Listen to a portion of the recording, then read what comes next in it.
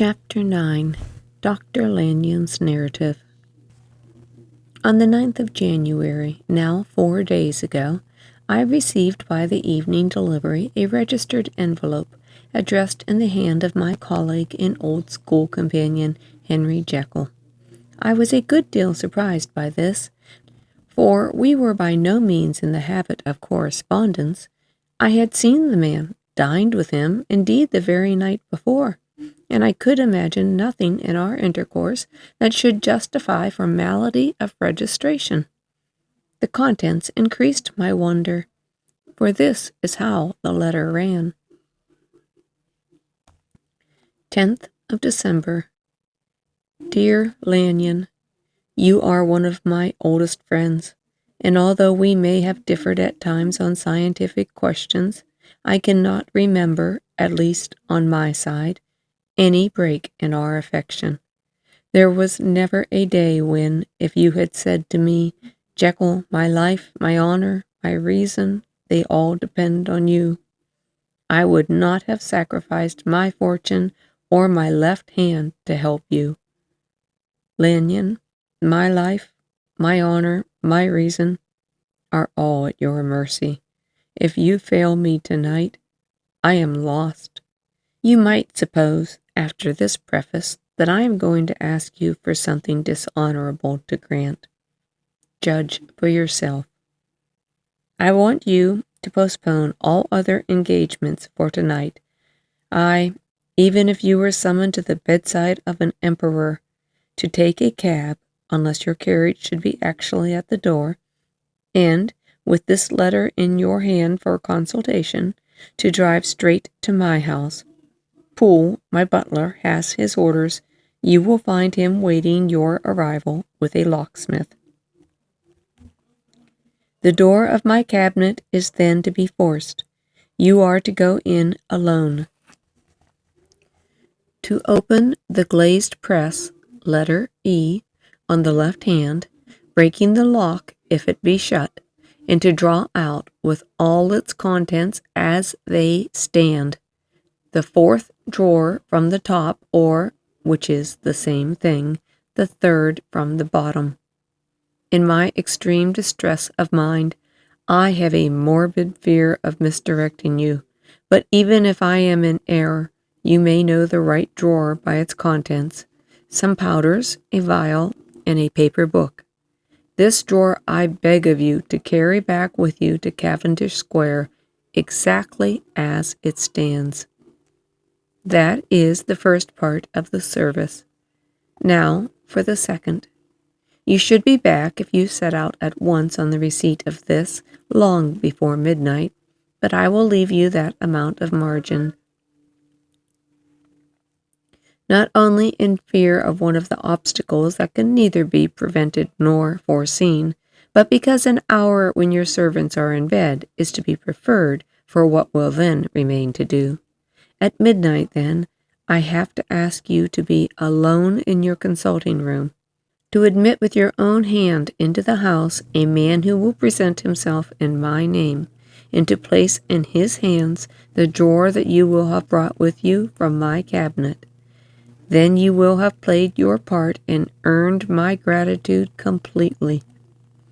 5 minutes afterwards, if you insist upon an explanation, you will have understood that these arrangements are of capital importance, and that by the neglect of one of them, fantastic as they appear, you may have charged your conscience with my death or the shipwreck of my reason.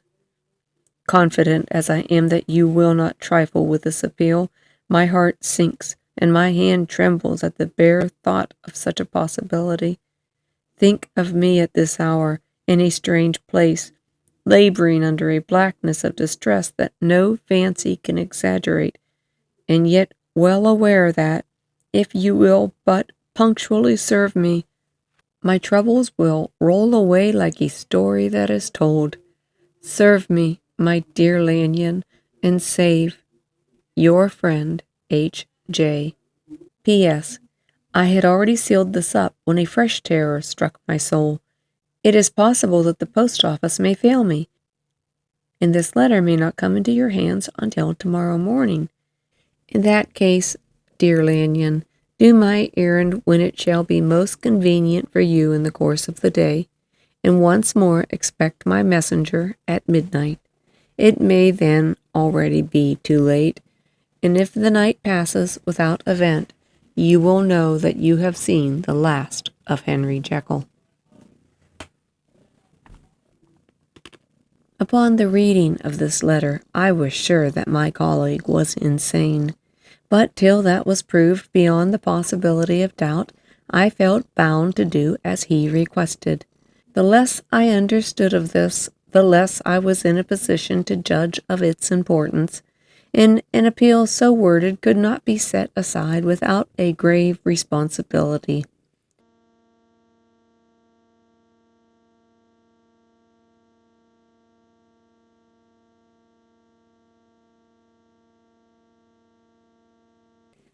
I accordingly rose from my table, got into a hansom, and drove straight to Jekyll's house.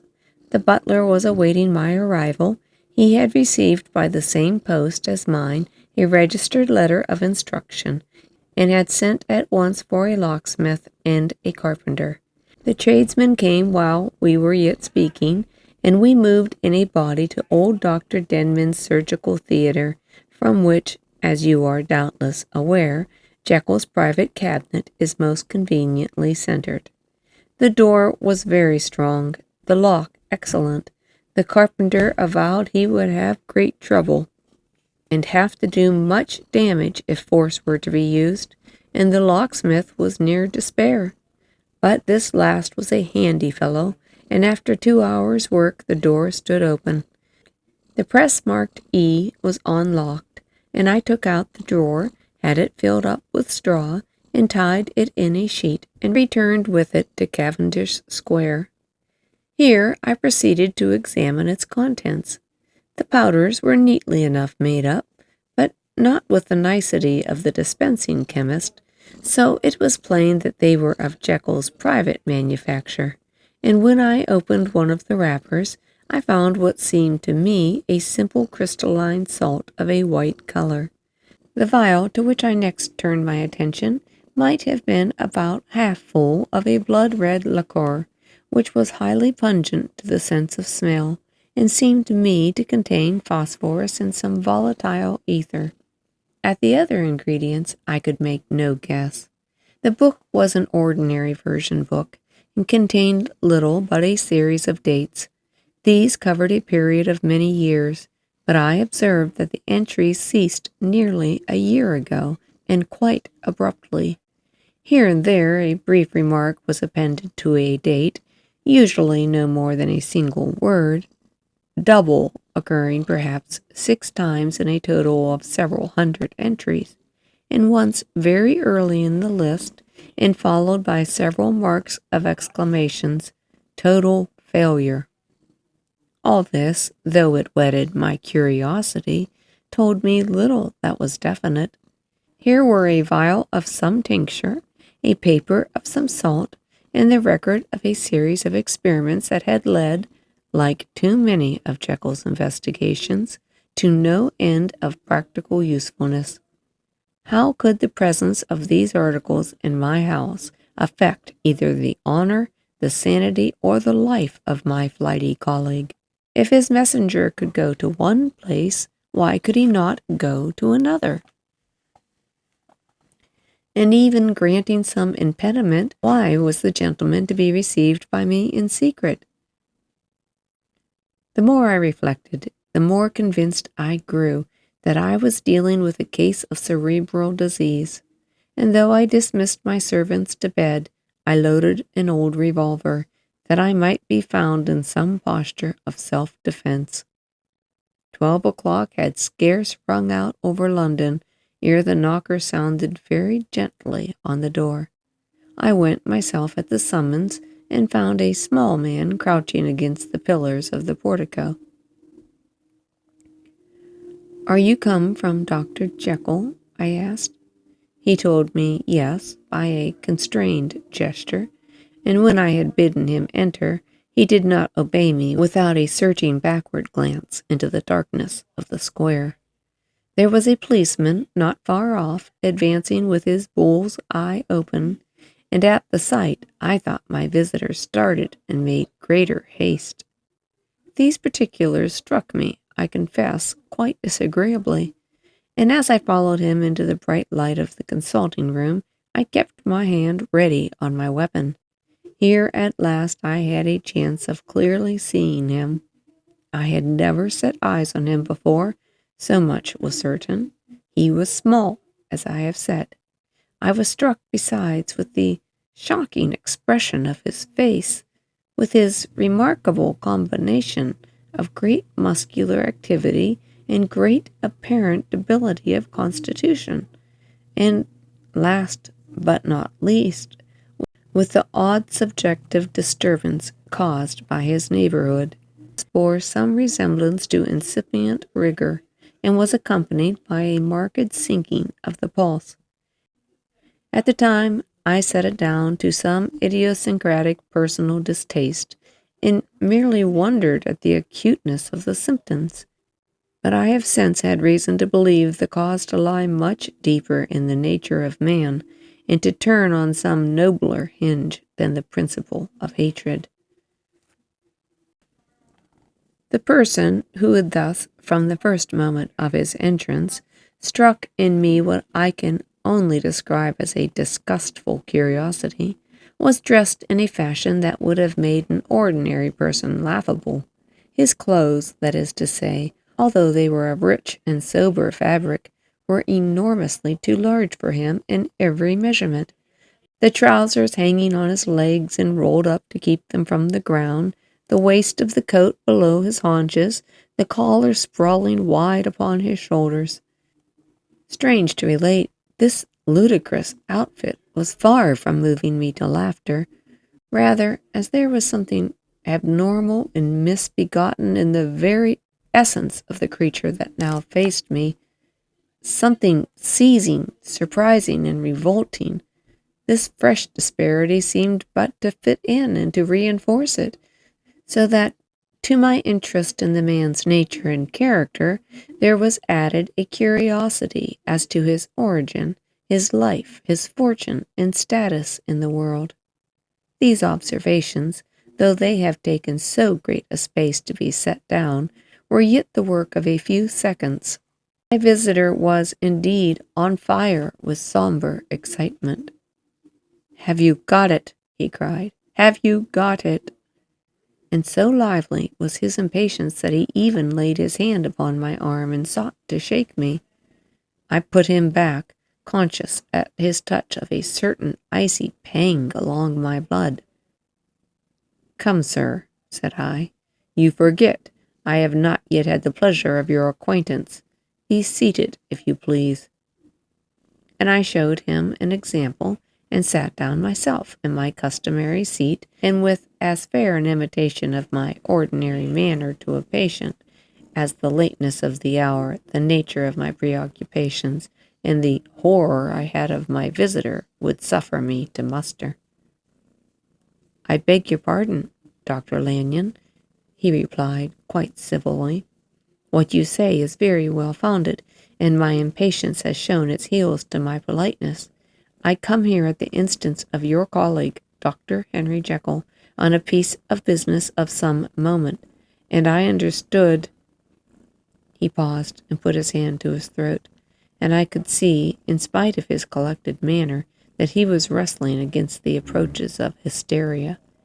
"I understood a drawer—" But here I took pity on my visitor's suspense, and some perhaps on my own growing curiosity. "There it is, sir," said I, pointing to the drawer, where it lay on the floor behind a table, still covered with a sheet. He sprang to it, then paused, and laid his hands upon his heart. I could hear his teeth grate with the convulsive action of his jaws, his face so ghastly to see that I grew alarmed, both for his life and his reason.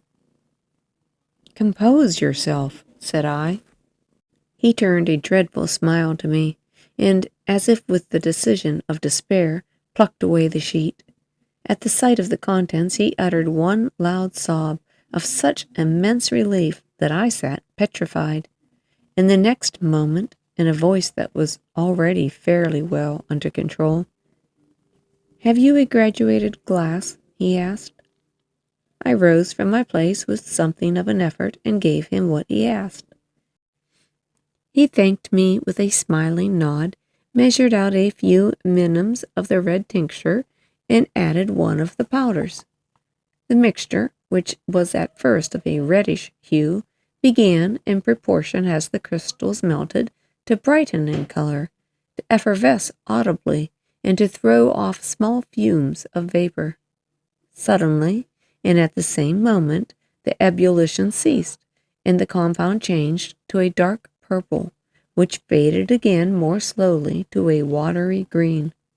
My visitor, who had watched these metamorphoses with a keen eye, smiled, set down the glass upon the table, and then turned and looked upon me with an air of scrutiny. "And now," said he, "to settle what remains. Will you be wise? Will you be guided? Will you suffer me to take this glass in my hand, and to go forth from your house without further parley? Or has the greed of curiosity too much command of you? Think before you answer, for it shall be done as you decide.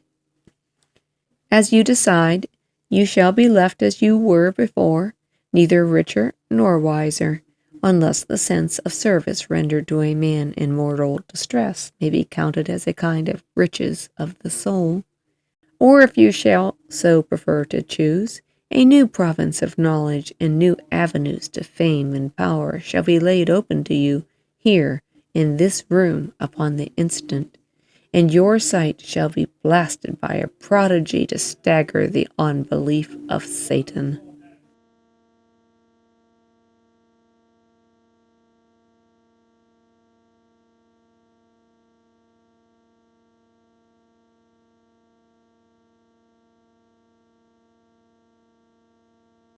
"Sir," said I, affecting a coolness that I was far from truly possessing, "you speak enigmas, and you will perhaps not wonder that I hear you with no very strong impression of belief.